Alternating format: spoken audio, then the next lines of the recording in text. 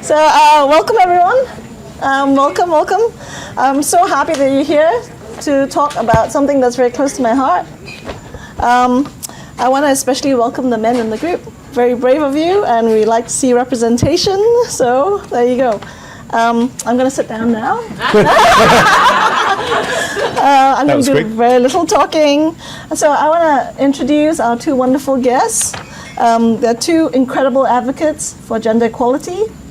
So, and I'm going to ask them to introduce themselves. They come from different spheres, civil society and corporate world. And we're going to talk about how those two actually intersect, and how the challenges are the same, and how maybe the solutions will actually compound and benefit both sides. So it's going to be a great chat. It's going to keep it very fluid and very exciting, hopefully. All the difficult questions go to Corinna. So I'm going to let them introduce themselves. I'll start with Corinna. Thank you. Yeah. Is this mic working or? Yes, okay. Yeah. I hope you can hear me. So I think there are many friends in this room. In some ways I don't have to introduce myself, but there are some people who don't know me as well. So I have been an activist, a feminist, in civil society in Singapore for 30 years. So that's a pretty long time, and it gives me the advantage of seeing how things have moved. And for me, it's a very interesting view, right? Sort of looking back. And when I wrote the book, The Time Has Come for Gender Equality, it gave me a chance to really look back on the 30 years. And instead of being in the trenches, which is where I've been, I could have a 10,000 feet view. So my journey started 30 years ago as a lawyer, giving legal counseling to women who were from abused families, who were from families where the husband had run off, was a philanderer. They were just having a really difficult time at home. So that then, when I did that with AWARE as a legal counselor, they asked me to draft the family violence bill, which then, at that time in 1992, when there was violence at home, the police would come in to the flat, and unless there were broken bones, an eye, a ear, a limb hanging out, they couldn't do anything. They would just walk out once the violence had stopped. But they couldn't arrest, and they had no powers. And that was a problem with the law. And with AWARE and with a wonderful mentor called Dr. Kanwaljit Soin, who was an NMP and one of the first NMPs, female NMPs, she wanted to move a bill on family violence. And she said, "Can you draft it?" I'm like, woohoo! As a lawyer, you don't get to draft bills, okay? So then I said yes, and we drafted the bill, and it was one of our first advocacy achievements. Our bill was thrown out, but what it did was that it actually compelled the government to change the law on this. So they amended the Women's Charter.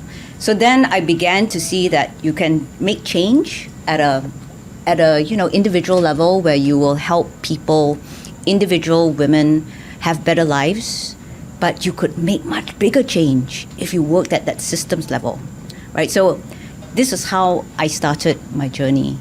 And 12 years ago, I became the executive director of AWARE. And it has been a fantastic journey. And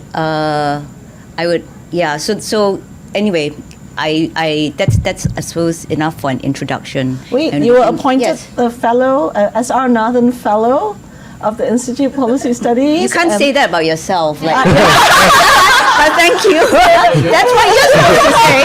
I'm not doing my job, obviously. But okay, that was 2021, a very prestigious appointment. I'm the 8th SR Nathan Fellow.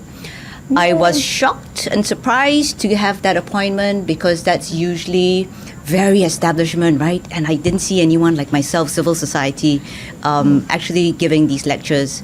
Anyway, so yeah, it was an honor, and it was about gender equality. So I wouldn't have written this book but for this lecture, these 3 public lectures that I had to give, which were then published into this book, which is my 10,000-foot view of gender equality in Singapore. And now I know, I didn't actually know the past so well, like how did we get the right to vote? How did we get equal education? So there was a lot of the history that was fantastic, right? Yes. So now I feel like an authority on gender equality, having done that research. Thank you. Thank you. And now, So I feel a bit in awe of writing legislation. I've had a very simple life. wait, there we go. This is the book launch in Singapore, so there we go. And Duncan's book. So I've been in IT for 35 years, so I'm an engineer. So if you know about engineers, we're very logical people. And I was fortunate, 18 years ago, I inherited a team that was running digital sales, and I had 13 women and 2 men as my leadership team. And it turned out to be a life-changing event because it took me about, 9 months to work out that I didn't actually have to fix things, I just had to listen. And so my listening skills changed, and it actually changed my perspective on what's possible. And so that started a journey, and then I had the fortune of, we'll talk a little bit about it, around 4 years of, I'm sitting on this stage, 250 women in Bangalore for 90 minutes. And Indian women are very good at asking questions, difficult questions. So I had it was a really fantastic time. But I got on the plane from Bangalore to fly back on the red eye, and I couldn't sleep because what was bothering me was these questions said we had a problem. So at 2:30 in the morning, I wrote this idea that said, and I sent it to 4 women in my leadership team and said, I've got this crazy idea. What if we gave away free enablement to help women return to work? So that program's called TARA, and we've just crossed 4,000 women back into the IT workforce in India. We have 16,000 women in the program. I'm going to clap. Wonderful. Yeah. And it's all about confidence. It's not about skill development, that helps, but it's about confidence. And so that's been a life-changing experience. We've just about to launch Japan, and the target I've given to the team is to help 100,000 women in Asia over the next 3 years. Wow. Look, we never expected to get to 15,000, the original goal. And so, my credit to my wife, I'm sitting on the veranda in Singapore, and she goes, look, I don't care how many social media hits you've got. I don't care how many women in the program, how many have got a job. And I didn't know. So after that, we started tracking it, and we surveyed them and we asked them. And so that's how I actually know we have 4,000 women in 1,100 organisations as a direct result of what we've done. Sorry, can you say free enablement? I can really hear. Yeah, so we started, the simple idea was to allow women to come back into the workforce, we would just give them education that we owned and make it available to them, and then give them mentors they can talk to. And because they're educated, they would come back. That was the initial idea. We're now 4 years down the track and 30 million social media hits, 2 state governments. We've actually met Modi on it, and we know a lot more now. And we're just about to launch Japan. So that's my story. And the book actually is my comms leader. So as we were having this discussion, she said one day, look, all these things you've done, you should write a book about it. So the last 2.5 years has been around trying to bring all that together, because I genuinely think we're at a tipping point where there's now a skill shortage on how to improve. This is a how-to book, actually. It's got lots of case studies, and it's wonderful. And the publisher that I met is actually due to this lady. There you go. Yeah. And she accepted you right away because your topic was just so amazing, So that went ahead. Yeah, I'm sometimes skeptical about books about women written by men, but I would say that it is a really great book. And you know, how Duncan started, he just started by listening, which is probably, if you have like one rule for men, like one thing that you can do, like anyone can do, it's just listen, right? And you will learn a lot, and actually people will also feel like speaking more, right? The women around you. So there's so many gems in the book, and it is a great how-to book. So yeah. Thank you. Yeah. Yeah. So, introduced, I'm going to set the scene for tonight's discussion. I'm going to quote UN Secretary General Antonio Guterres. Gender parity is an absolute necessity. So the UN lists gender equality as number 5 on its list of 17 UN SDG necessary to transform the world. And a little bit of history, it has been 111 years since IWD was set up in Copenhagen, Denmark. And apparently, according to the UN, it'll take another 130 years before we reach gender parity. So we're kind of in the middle somewhere. So I'm going to start by sharing some statistics, because a lot of people always say to me, well, gender equality is no longer an issue. Why are you still harping on that? So I'm just going to state some statistics. Share of voice and decision making in governments today around the world, 13% or 26 out of 195 countries in the world have a woman serving as the head of government. So 13%. In corporate world, of the top 500 MNCs, on the boards, there's 16% women. In Singapore, it's 13% in our top MNCs, top companies. 6% women-led, so 6% CEOs in the top companies. In the world. Yes, in the top 500 MNCs. And in management, senior management, about 30-something%. Share of resources, 38% of human capital wealth is owned by women, and 50% of women are able to assert equal land and property rights. So that means 50% don't have rights. The VCs and on women entrepreneurs, last year that was one statistic that actually went down from 2.9 to 2.3%. 2.3% of the VC capital went to women-led entrepreneurs. 2.3%. So I think we're still some way off from gender parity. The right to education, I think there are something like 129 million girls who have no access to education today. Right to safety, 736 million women. 1 in 3 women have been subject to some form of physical or sexual violence at least once in their life.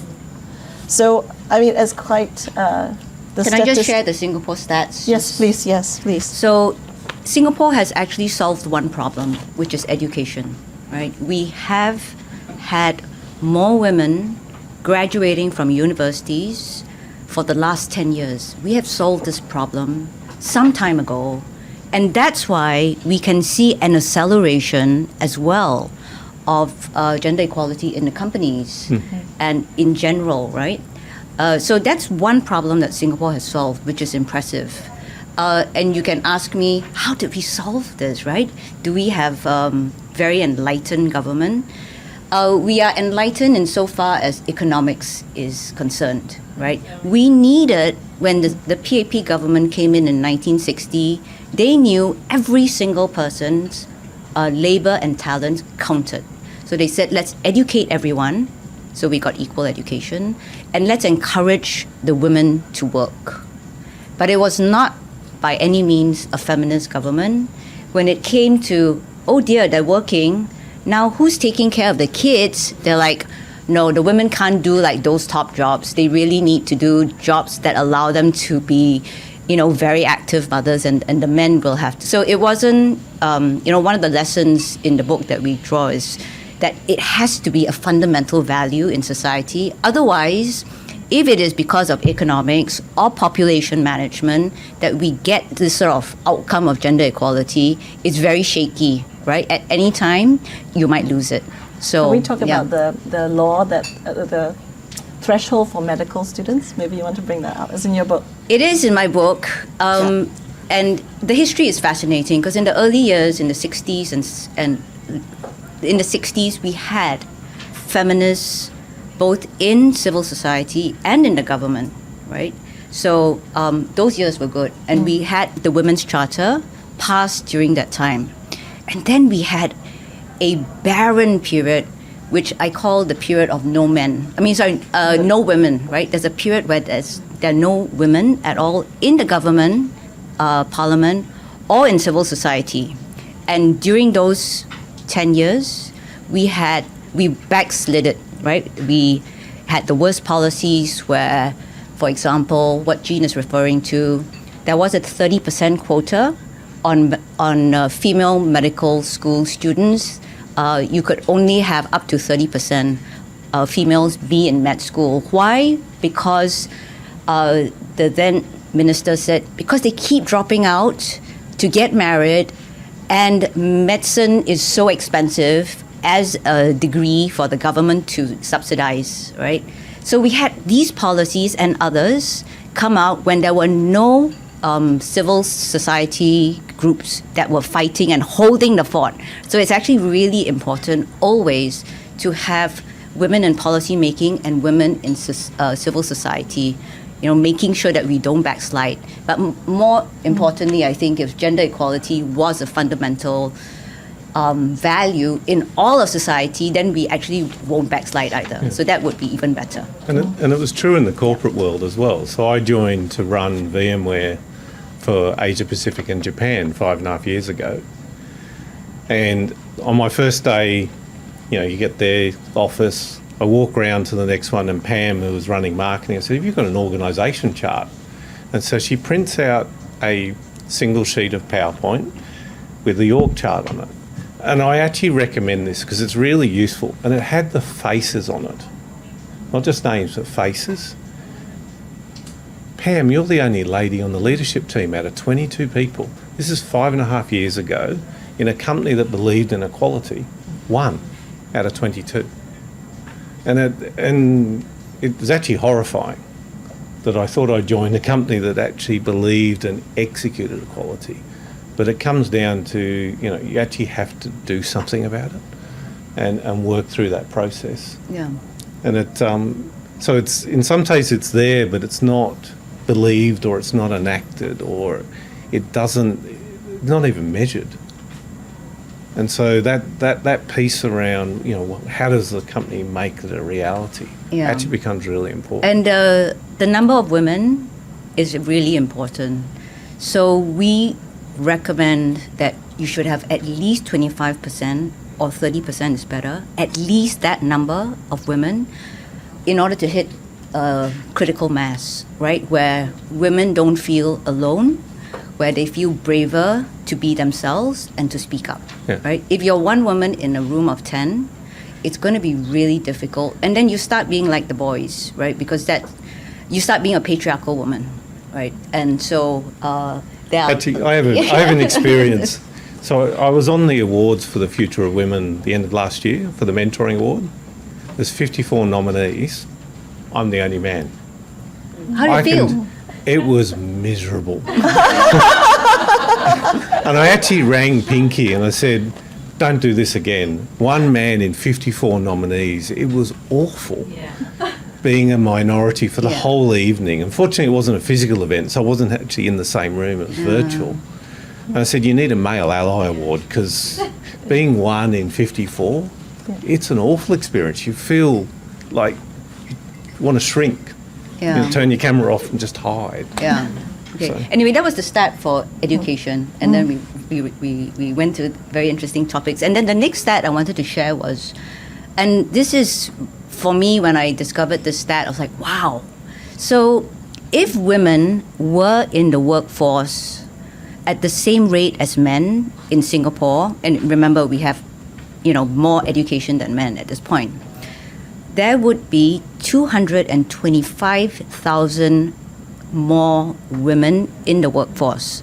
Now, you ask me, how many women are there in the workforce now? We have about 1 million. So that is 25% more women in a very tight labor market, this is a huge argument, and that's why the government is now pushing gender equality as well, because we do want to not be as reliant on foreign talent and labor, and we know that there is this pool of talent, right? But that's huge. And the last stat I will share is that our gender pay gap is at 16%. This is not bad compared to some other countries, and it's not bad only because we actually do have a lot of other women that are doing their caregiving work at home, right? And I'm talking about domestic workers. The sad part about the 16% is that it has been 16% for 20 years. Despite the education, despite all of that, this hasn't moved, which is really interesting, right? So you can see that there's some parts where we are stuck. And so these are the stats I love sharing, because I think it's just like, wow. But it is possible. So I can tell you, as a leader of an organisation of 3,500 people, we had gender parity on pay for the last 6 years in a row, and I would measure it. Every pay change, I would go through on 3,500 people, we would profile it all the way down through every level until we knew we had parity, and I would manually change pay. And For 3,500 people. For 3,500 people. And it would take the HR lady and I and the pay people probably 4 or 5 hours. But it's got better every year. The gap has improved every year, so as managers learn, because I just changed it on them. So it is possible. Yeah. But I mean, the gap, I do know for India, it's $27 trillion that women back into the workforce would add to the Indian economy. $27 trillion. It's huge. So it's the largest talent pool. To explain the gender pay gap a little bit more and to be clearer about this, it's not that for the same job, women and men are paid 16% difference. It is that men and women are in different jobs, right? So we can't look at just what is similar pay for similar work. It is about the kind of jobs that we do. So think about who is in senior leadership, right? And those people get paid more. And so the 16% is when we take all of the women and get the median pay in Singapore, and all of the men, and you get the median pay, you will see a 16% gap. And this doesn't count all the people who are out of the workforce, that's 225,000, right? So these are just the people in the workforce. And there are male-dominated industries and female-dominated industries, right? So vertically, you also have segregation. And care jobs, which is where women are, they pay a lot less, right? So, and there are some jobs that there are many men, and they pay a lot more, right? So this is where the big difference is, right?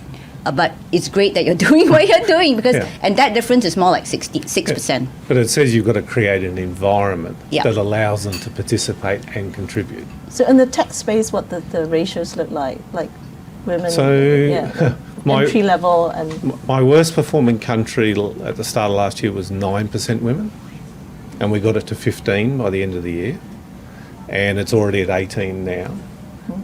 The best one's running at 38% women. And this is with a lot of effort. This is with effort.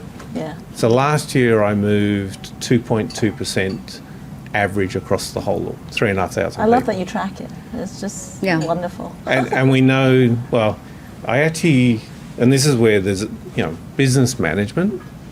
I actually did a quarterly business review of every single region, every leader, every quarter. And we started with, what's the number? How many have you hired? How many have promoted? How many of you are treated? So if the environment's wrong, it's like a leaking bucket.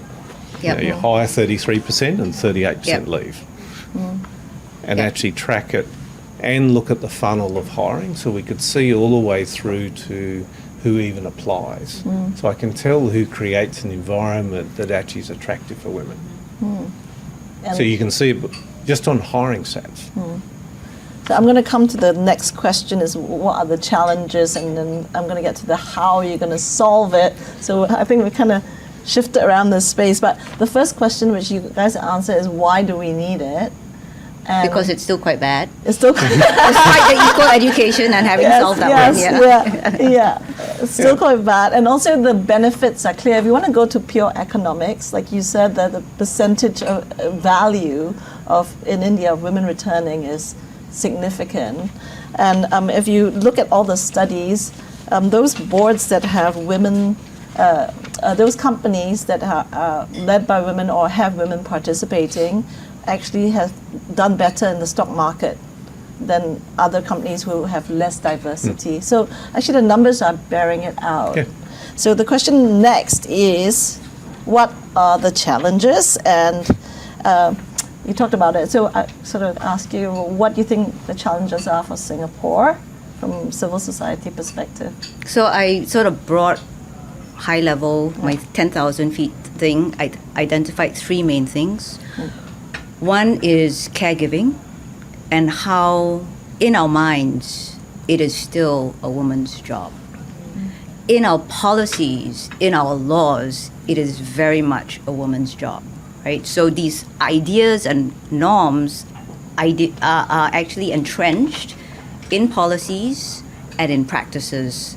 So why do women have 4 months of maternity and men have 2 weeks of paternity leave, right? It's that caregiving is a woman's job. Right? So that's one, and we haven't cracked that. And I think that's, a big reason why the 16% gap is the way it is.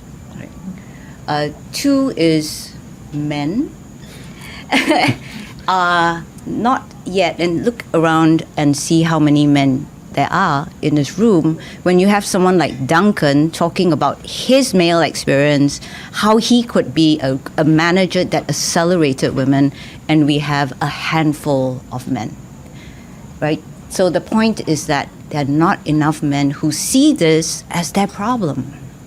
And then we have this term, and I'm going to ask you this, and you never ever use the word male allies, and I'm really interested to find out why. But there's this now a very popular idea that we should have male allyship because we need to crack this problem of gender equality. But actually, when I wrote the book and when I started to interview men, so it was part of my research, and the only research I needed to do by speaking to people was to talk to men. And I wanted to understand masculinity. I wanted to understand why they are the way they are, right? And about 10 men spoke to me. And it was fascinating. And I'm like, and when I did the research as well, desktop research, I was like, wow, the figures are staggering. Firstly, violence against anyone, not violence against women. Violence and crimes in general are committed by men, mainly, 90%. Drug issues, men. More than, I think it's like 2 times men commit suicide compared to women. It's huge. I'm like, oh my God, we have more problems in relation to men than women, and no one sees this. No one sees that this gender inequality hurts men so much more. And as it hurts men, I mean, they are violating women and they're killing people and they're hurting people. It hurts society.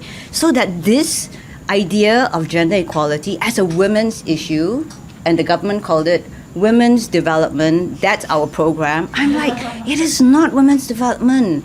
And yes, right? So we have to turn that around, right? So that's why I'm so supportive of Duncan's book and the fact that, he's taken the trouble to really put down these thoughts. Yeah, I think part of the challenge around male allyship, and let me describe the quarterly business review process. I would get leaders turn up with 60 charts, and I know they were basically looking to run down the clock. And there's lots of activities. Lots of activities they were doing, but not actually a plan to change the environment. And so I gave up. I just said, we're going to do these things first. We're going to look at the numbers. We're then going to look at your action plan to improve the environment, and what did you commit last time and what have you done, and what impact has that made, Then we'll look at all your ideas for activities, because it's not just about activities. And so what I found was there are people who want the badge that say they are male ally, but it's not authentic. And they were doing more damage. I ended up taking out my highest performing managing director because he was doing more damage. We were going backwards. Every time he got involved in something, he was actually sending us backwards. And even though he was the best performer, I ended up taking him out of the team and letting him go. Because that piece meant I lost the impact of a 22 people leadership team for one brilliant person. And so the issue around male allyship is you've got people who are collecting badges to say, I'm a male ally for a career step. They're not actually genuinely engaging. It's actually quite difficult to create the right environment. Yeah. Oh, that one got things going. Quick question, where is this coming from? Is it some intrinsic biases male have? Or maybe, how they were brought up or society grew up in environment? We all have a set of biases. So yes, that's part of it. Part of it is our reward system, particularly in corporate, is around what you're seen to be doing, not what you actually do. So the advantage I've had is I've been the leader for a business for 6 year ends in a row. So you can't hide anywhere because all the things I changed that I screwed up come back and bite you. But the ones that are looking for that career hopping, 2 years, I just need to be seen to be doing this,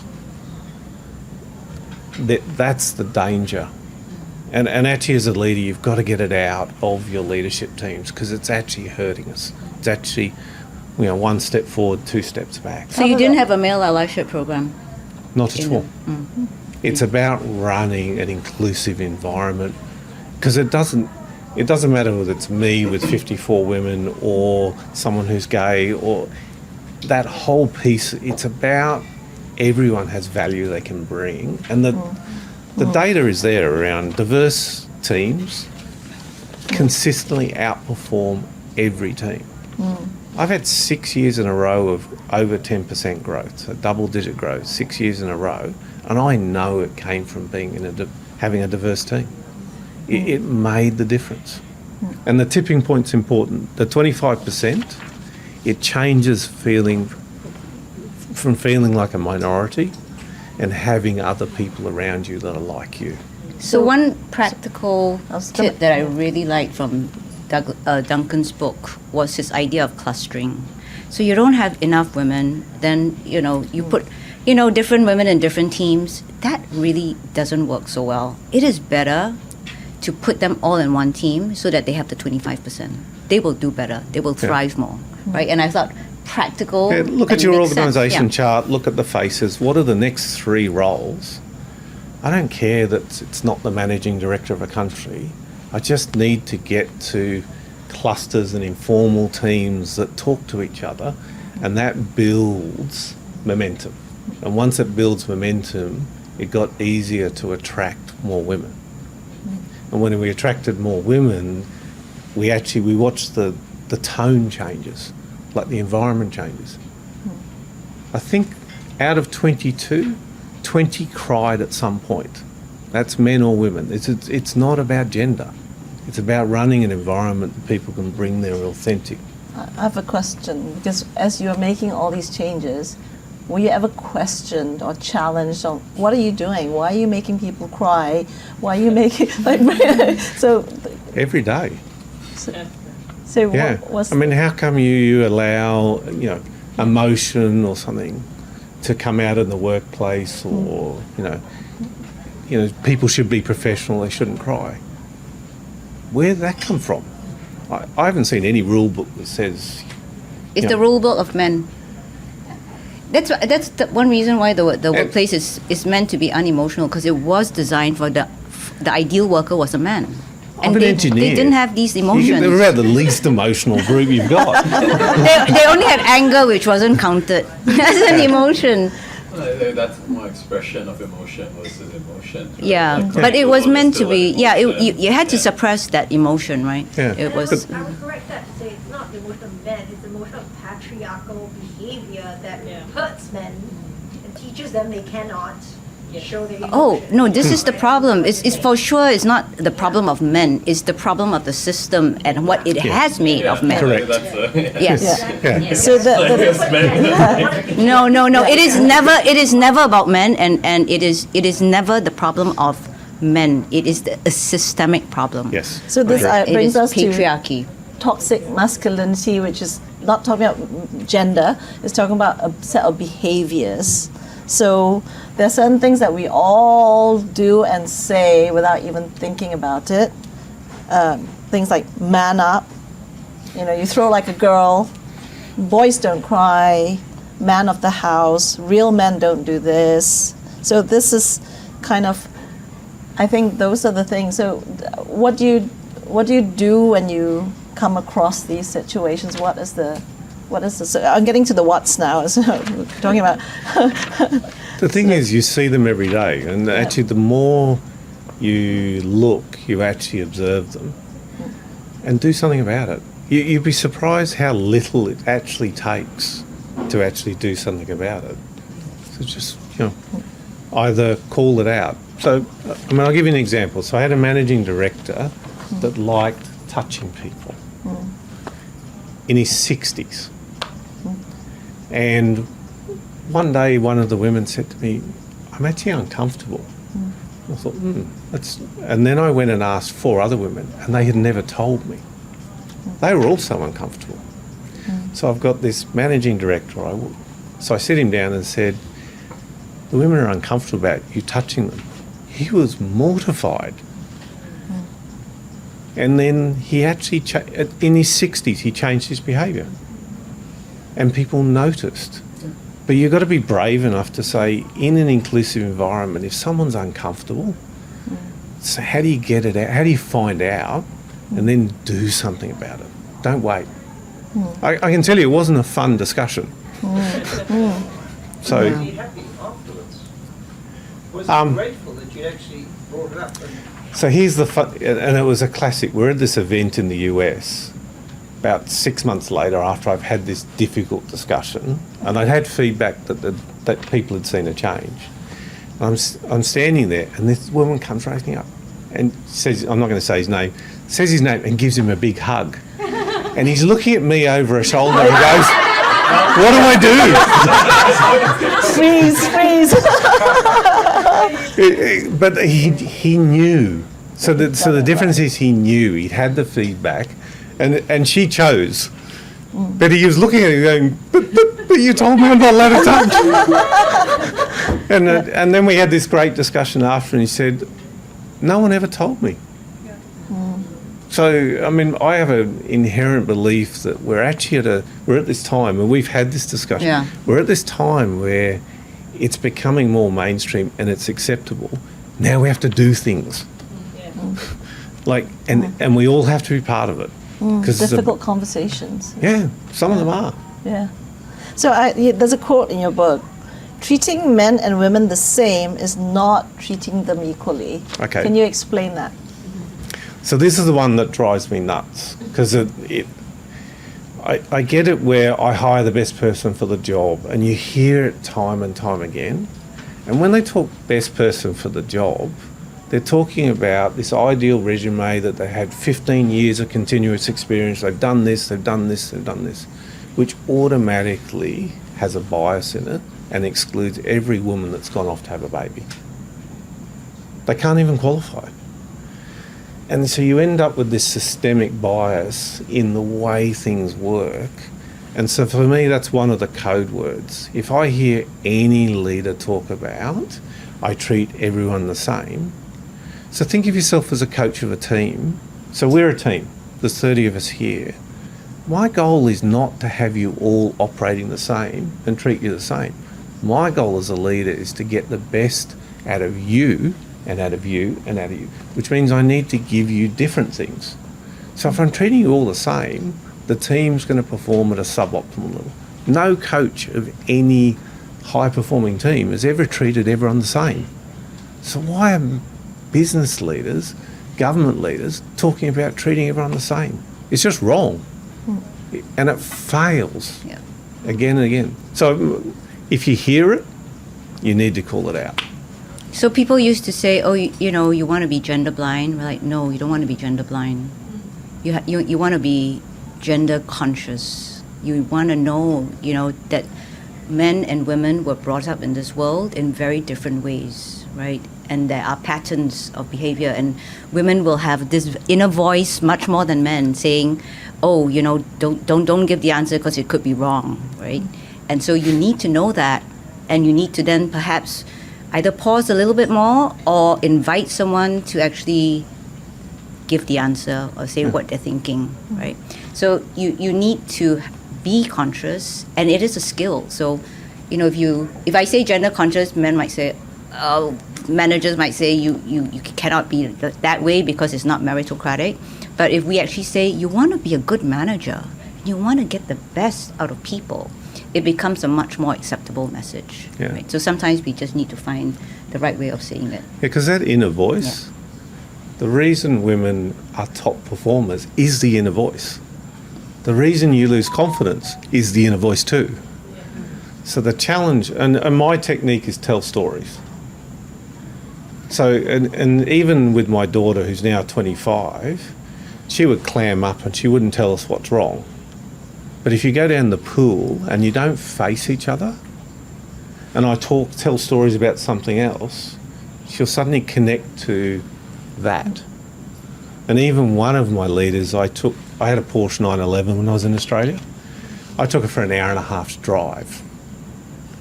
Not facing each other, just talking, telling stories, and then the story clicked and suddenly, all the emotions came out and what was really going on.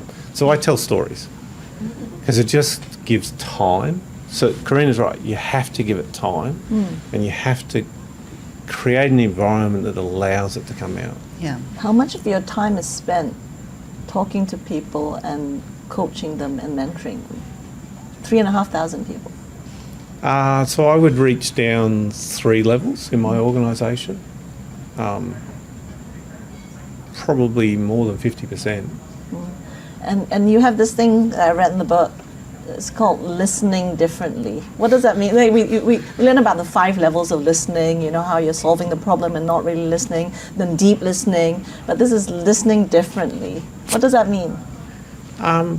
There's a couple of techniques, but it's about like the foot's tapping up and down. There's a whole lot of other things that are going on. And sometimes, sorry, just picking on you. But there's a whole lot of... You're next. But it's about the whole, not just what's being said. And that listening to the whole, you get a lot more out of it. And the longer you spend, and stories and other things, stuff comes out. And when it starts coming out, you've got to give it time. So, my assistant would then, blow away other meetings if I needed to, because it's important. Because when it's on and the good stuff's coming out, you've got to stay in it. Yeah. But listening to, 2 ears, 1 mouth, using that ratio. It's an old sales saying, but it actually is true. And then look at everything that's going on. But who taught you these skills? It's so rare that, I said I was lucky. I genuinely now, 17, 18 years ago, inheriting a team with 13 women. Get out of the way and just listen. And they would talk and then they would solve it themselves. And I was sitting at the end of the meeting going, I didn't actually do anything. But I just listened. And they solved it because they actually knew. Yeah. It was just confidence.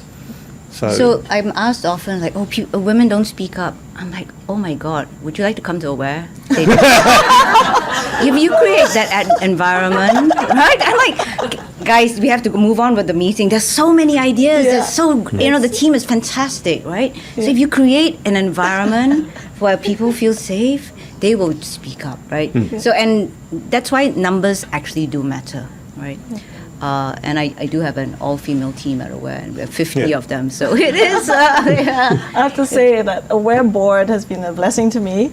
It's the only board that I've been on that meets monthly, and the meetings last for about 5 hours.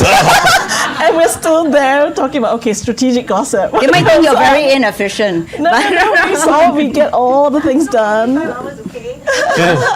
We get things done, but do you actually genuinely We like just each other? enjoy each other's company, so it's just a wonderful thing. Yeah. But I think the corporate space, where because of the equal education, and now women are in the workspaces, I see that as the next leveler, right? We are going, and I'm excited about this. It is now like about 14th of March. I've done so many corporate talks this Women's Month. So many. I'm actually really tired doing talks, but it's fantastic because wow, suddenly I have access to a few hundred people. They're all really interested. They're trying to crack a problem. They're not trying, they're trying to crack a problem for a purpose, which is like the talent war, right? They want more women to be attracted to the company and to stay in the company. So they're all trying to crack this problem. And they are asking themselves, unconscious bias, things like that. This goes into how we think about women. So this is huge, right? That actually they're trying to crack this problem, but looking at what are the norms that we have in this, do we have enough caregiving? Why are women leaving? Let's try to solve this. So I see the corporate space as very promising. There are problems with it, but to me, it is More progressive than government. Government has become really progressive. So to the point that gender equality has become mainstream. In 2020, government announced we are going to have a review, although they called it the Women's Development sort of program.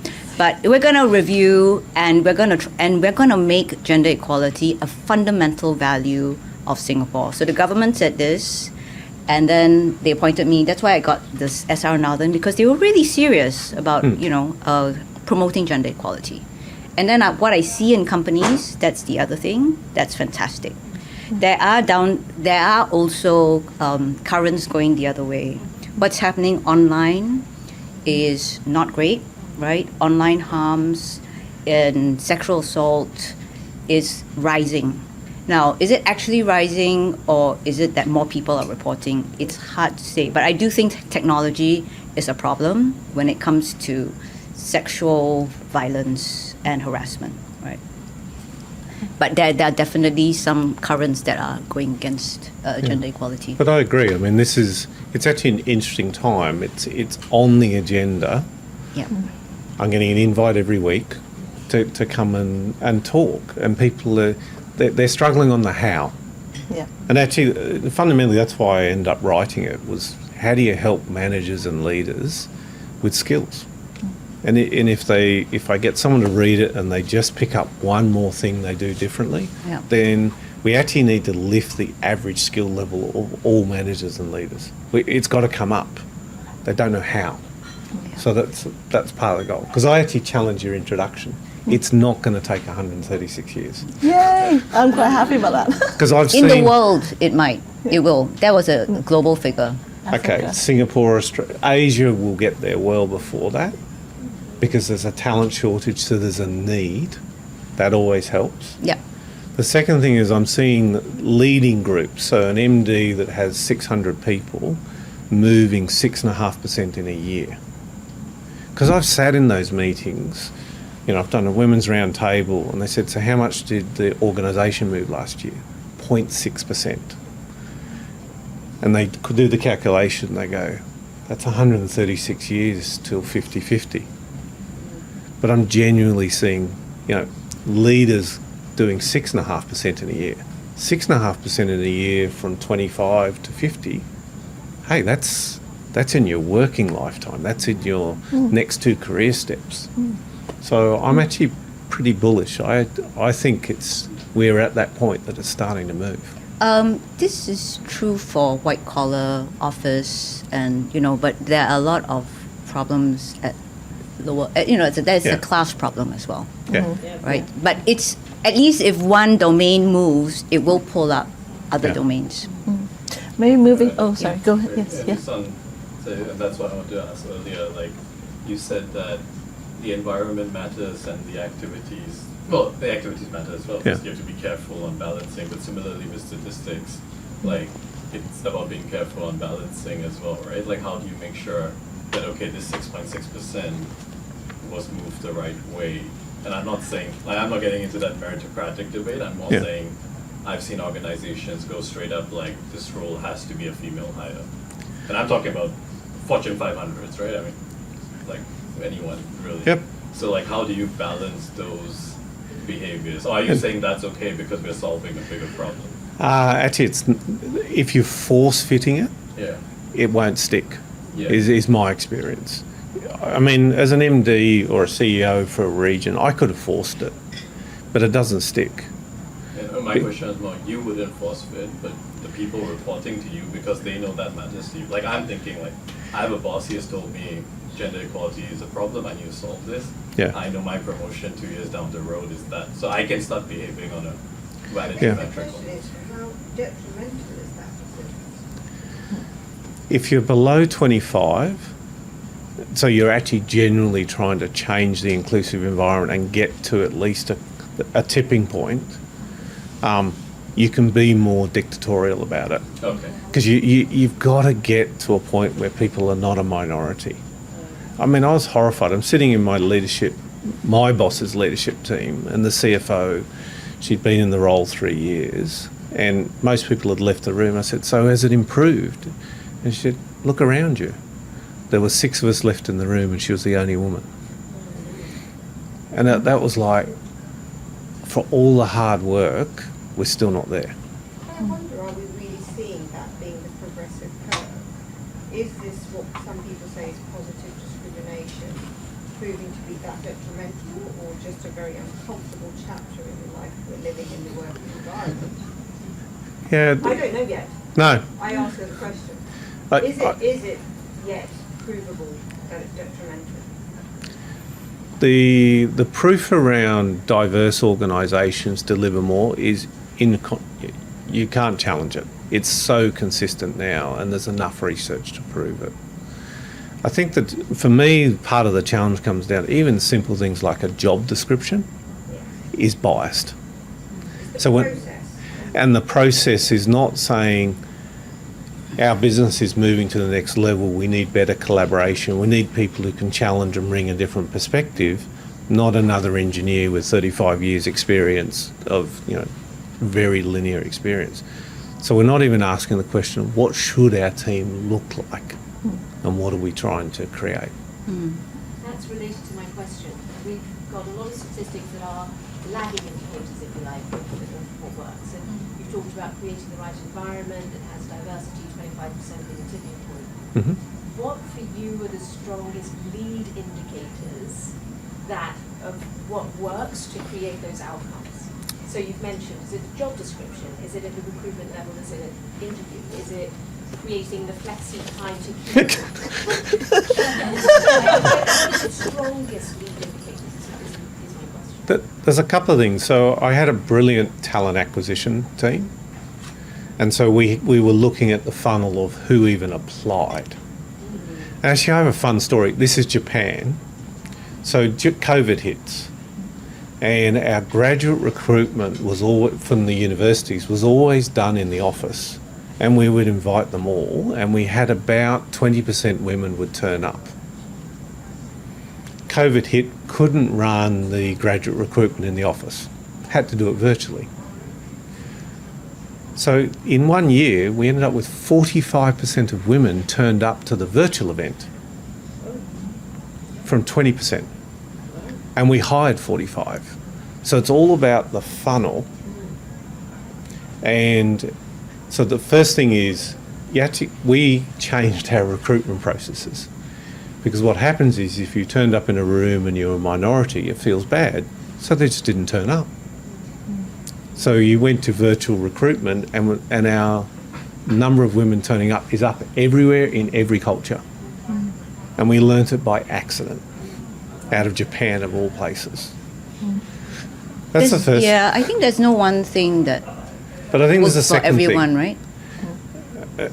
So my belief is you actually have to be involved in something in the community around making a difference, changes your perspective internally as well.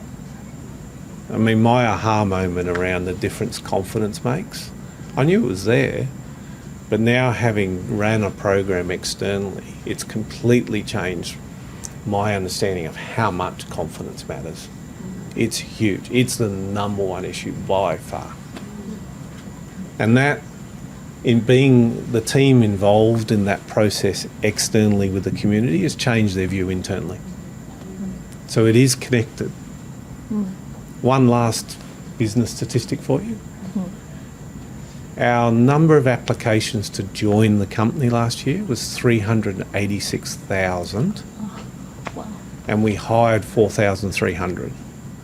The year before it was 191. The year before it was 111. So if your perspective as a company being more respectful for gender diverse, your candidate pool blows my mind. The number of people who just apply. See, the top of the funnel changes. That's a competitive advantage of how to access that talent pool. Did the male-female percentage change? Yes. We're actually tracking, and we're moving not at 0.5% a year that the IT industry, we're moving at 2.2, 4 times the industry rate, and consistently moving. Yeah. And then you fill the funnel, then the question then is about how to stop the dropout. Because this, as I got older, I noticed this, because we were equal when I came out of university, when I went to my first job. Then within 5 years, we were down to 30%. When I did my MBA, we were 20% women, and they were like, oh, woohoo, this is great, it's 20% women, we're wonderful. And then when we get to the boardroom, you're the only one at the table. So how do you stop that attrition? Yes. Sorry, that's my question. I just jumped in there, sorry. Women are running entrepreneurial companies and choosing not to stay. So I mean, my view is I was losing the largest single talent pool because I wasn't providing what they needed. So I was losing out. So some of it is you have to change the environment and make it easier. We still don't make it easier for women. He's written a whole book on this. You can't give me the answer in 2 minutes. He's written a whole book. It's true. That's why it's a really good book. And the manager also has to change their way of thinking. Then the environment changes, and it has to be a consistent effort, right? I mean, that's one of the secrets. That it's a consistent effort, and there's not one thing. This is why I don't like the male ally badge. Yeah. Because you run the risk of that's the one thing, and if we just had that, this problem will go away. It's not that. Although I'll give you an interesting stat. There is a stat that 96% of the sort of corporate programs with male involvement work compared in terms of moving the gender needle compared to 30% if there isn't any males involved, right? So it's actually really important. And love your. Sorry, where's our comms leader? Chin. This person, your communications leader, is absolutely critical to you. The one thing I can tell you that how to managing a consistent message, how to engage, how to find people, and how to get that message to them is an art and a science. And it's hard trying to find people. Any more questions? You can challenge them. Outside of the corporate environment, Singapore society. Yep. How do you think we can tackle the issue of not just men but women who use, especially in Singapore where it's more insidious like the gender inequality because we have equal education and stuff. We just don't view it as an issue. We are usually when it comes to online articles and you read comments, right? You're right. What do you mean by there's no gender equality? Women, we have the women's charter to protect us. We have all these corporate programs, what you mean women are not supported? Yeah. How do you reach out to them because they are really defensive against it, or you just don't see it as a problem? Yeah, and that is their experience, and we respect that. We don't have to. So what I find really interesting, when do women become feminists or realize there's gender inequality? Number one, when there's a divorce, when something happens, to the family unit, because it's okay when things are working between a heterosexual couple, but as soon as it breaks up, you actually really see that the woman, despite all of the laws and protections, is actually a lot worse off, right? And it's partly also because of the way that society looks at this person, and there are many, many, many, many other things. So I don't try to sort of force a view if that is not the experience. I do find that statistics help, and that if you are sort of quite well informed, it is helpful. So people say, the biggest myth is like, oh, there's a women's charter, it's so great, and the men will say, how come there's no men's charter? It's so unfair, right? Singapore is like very biased towards women. I'm like, okay, so one of the things that I do in some of these corporate talks is like, okay, what does the women's charter do? What's the women's charter? Does anyone know what the women's charter is? Those that are not Singapore lawyers, what does the women's charter do? It is not the women's charter. It's actually a family charter. It is our family law. It is, and why is it called the women's charter? And in the book we explain why, right? Because it outlawed polygamy in the 1960s, which was the number one issue that women in those days were facing. And the PAP government knew that women had to vote earlier, but this was the first time that it was compulsory voting. And suddenly from 8% of the voters, it became 50%. And they wanted to win the women's vote. So they said, let's give the women what they want. It also is in line with our socialist policy. PAP government then quite socialist. And, equal pay for equal work were some of their claims. And they said, we will outlaw polygamy and we will call this the Women's Charter, because they wanted the women's vote. So it's partly political. And but the Women's Charter is really the family law. There's only one or two provisions that AWARE is still trying to fight against, which is, or to fight for change, which is that men cannot get maintenance unless they are disabled, right? So that is unfair and discouraging for men who want to be the primary caregivers at home, right? But aside from that, it's actually equal. So there are some myths, and I will try to educate, but yeah, you can't really change someone who has not experienced this. I guess another question to ask is, what would they put in the men's charter that isn't already existing? Yeah, well, but the Women's Charter is not a charter to provide more rights. There's all sorts of misconceptions about that. Yeah. So I'm going to lift this back to the corporate world to an extent. And in that space, how much of a dependency do you see at the board level, CEO level, to drive these changes versus the larger community within an organization being able to take a stance? And have you seen just such examples? Because a lot of what we see is there's a dependency on the CEO taking a call, taking a stand on what they want to achieve, and goals percolate down, and that creates that environment where people do it for the badge or do it for the count or for the next step. So how much of this can be more widespread at the junior or mid-management level in organizations? It actually needs to be, and I guess principally that's why I ended up writing the book, because we actually have to lift the skill level all the way through the organisation. Every manager has a responsibility within the team they run to help change the environment and make it, I guess, able for people to bring their authentic self to work and perform. That's both difficult and hard. I mean, in some ways, as a CEO, I had some power to make change because I could tell people, but unless you've got their hearts and minds and they're engaged and part of it, it doesn't stick.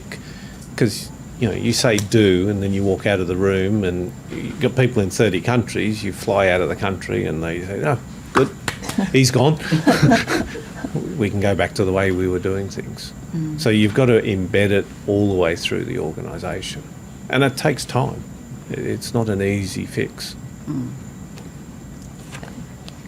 Curious for your thoughts on the post-pandemic hybrid world of work. And one of the things I'm hearing a lot of is this anxiety around proximity bias and women choosing maybe to work more remotely, more from home, men being in the office more as we move into hybrid working.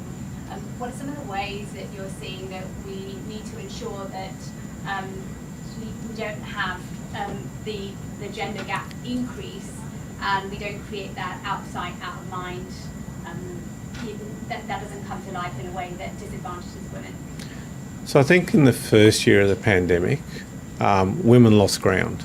They absolutely volunteered and stepped back to look after parents, homeschooling, support of the home. And we actually went backwards. And I could see it in the numbers, by the way. What I was pleased about is it came back last year. I am genuinely nervous that there is an imbalance at home on who's doing what that's causing an issue that you end up with women trying to be superwoman to do everything. And it's just not possible. You do need strong, supportive partners, and because there's a lot to do, particularly those who have kids and trying to bring up families or support elder parents.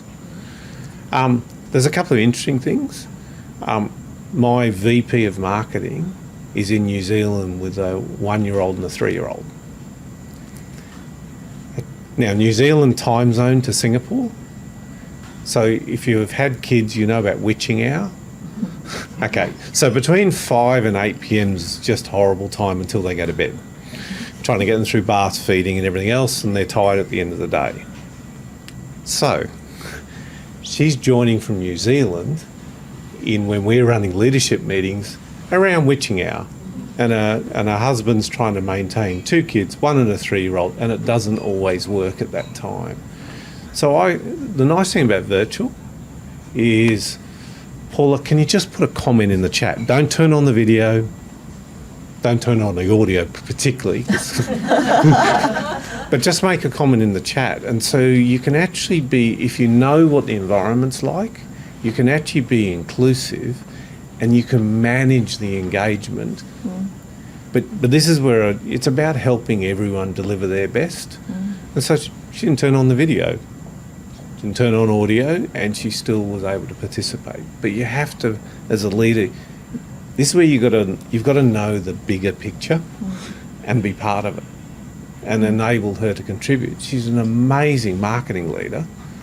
It just so happens that my leadership meetings were because of New Zealand time zone. Yeah. But we hired her in New Zealand, in Auckland, knowing That was the thing. she could only contribute virtually with a 1 and 3-year-old.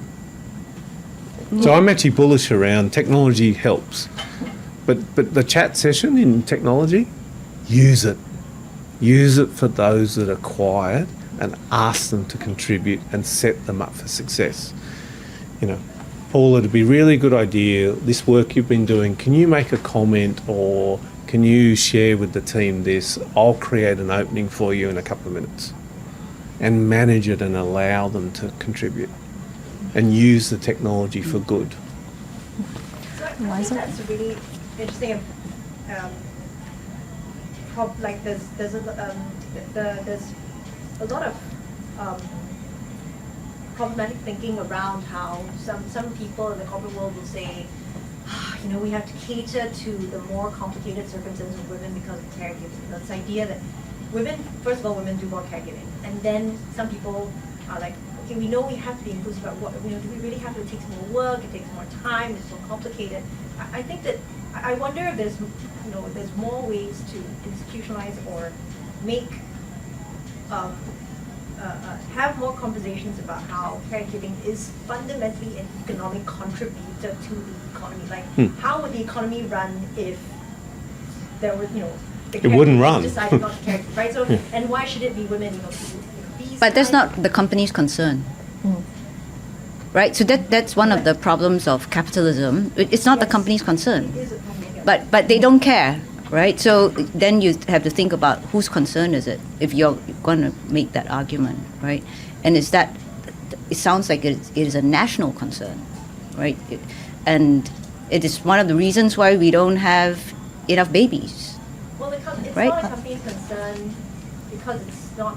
in a way They that won't they- think that way. Yeah, But they will think that, okay, I will want to keep my women, and so then I will provide more accommodation for caregiving. And now we hope that what we would like to see is equal accommodation for male caregivers. That would actually make a big difference, because then caregiving is no longer a female concern. So we need to see then, and so the other thing about COVID, which I thought was really helpful, was that I see so much more interest and awareness about mental well-being, mental health, right? And suddenly the company is like, yeah, we have to pay attention to this, right? So we are seeing like companies set up new functions, got well-being officer. We're like, great. So we are seeing a lot of changes. And overall, I think COVID is net positive for women. So that's one, right? The well-being, and not just for women, but for everyone. And that includes caregiving for self and for family members. Two is the great resignation that we have seen in 2021. More people are leaving because they are reviewing their relationship with work. Right? So this is all good because it forces companies, which they have to care about this, but they have to care about it in their own terms, which is that they're losing people and they need to people might become unproductive. The third sort of good thing about COVID was that it actually raised the awareness of family violence, which had been invisible to many people. But now that you're working from home, man, that's your workplace. It's become a company problem, right? You can't just say, oh, home is your issue and the company does not care about family violence. And because of the rise in the numbers, right, we have companies calling us to say, can you come in and educate us about family violence? We want to know how we can be a workplace that supports our people if they have family violence issues, right? So, and this would never have happened before COVID. So there are some really positive things that has come out. And of course, work from home suddenly became possible when for the longest time we're like, no, it's not possible. And overnight, it became possible. And now no one wants to go to work all the time, right? So we completely changed that. So I think it's a net positive. So I think we've run out of time. So I'm going to ask each of you to give your final thoughts, any words of wisdom, any happy, optimistic forecasts, buy the book. We've been pretty That's my last optimistic, part. right? You said less than 130. Was it the 50 years? 106 years? Yeah. I listened to my opener, and she said 136 years. I'm genuinely bullish. In the next 10 years, you're going to see significant changes. And there's enough people interested, they just need to know how. So you've got a lot of work to do.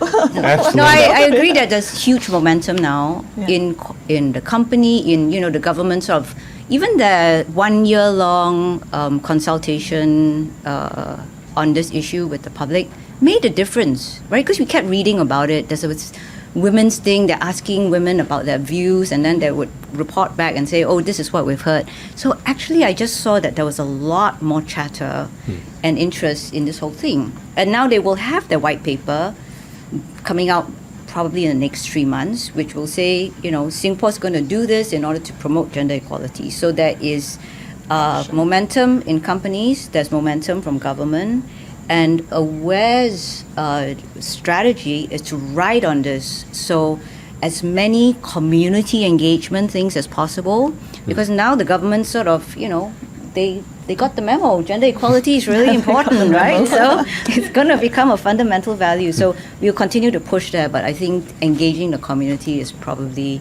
a very good strategy at this time. So thank you both. That was wonderful. Thank you. On that high note. We're here Please buy the book. Yes. The books are available, and Yes, you'll we work sign on the books. donations. We can only, as AWARE, survive on mainly on donations. Every dollar that you give is 40 cents. The government's going to give us extra, so it becomes $1.40. And we're selling the books. And there's a new campaign on The Break the Bias campaign? Break the Bias Yeah, that's the campaign. 40%. Okay, Yeah, there we so go. it goes to the Break the Bias Fund, which is what we're here about. So yeah, if you want to accelerate women and gender equality, you know what to do. And as a community, I mean, I think you asked me a question about how do you persuade someone. I would also say hang out with people who already see what you see, and you won't feel, and together we can do stuff, right? But sort of convincing one person one-on-one, that's hard. And please buy Duncan's book because it's wonderful. Yeah. Really, there's so many case studies of things that I was also biased or unconsciously biased. So But it's find wonderful. people to talk to. I mean, I'm with you around. Yeah. There are supporters there, and it is about critical mass of change. Yeah, So, Yeah. and be part of it. yeah. Don't be quiet. It's a movement. That's what you Have said. courage, and that inner voice is your strength. I have one pitch. Oh yes. This Saturday at 2:30, we're doing our first Feminism for All community class. It's from 2:30 to 5. We will go through history. We'll go through history of Singapore's feminism, plus the 4 ways of feminism in the world, and what you can do about these things. And you will meet at least 30 other like-minded people who care and want to make change. And it's much easier to make change in a group. Where Thank is you. it at? Oh, it's at the projector, but go to the AWARE website. I think there's about a handful of tickets left. Yes. Projector please. Riverside. Projector Riverside, yeah. That's the one nearby. Easier to get. Yeah. Yes, join us. Thank you. Thank you. Thank you. Thank you. Thank you. Thank you.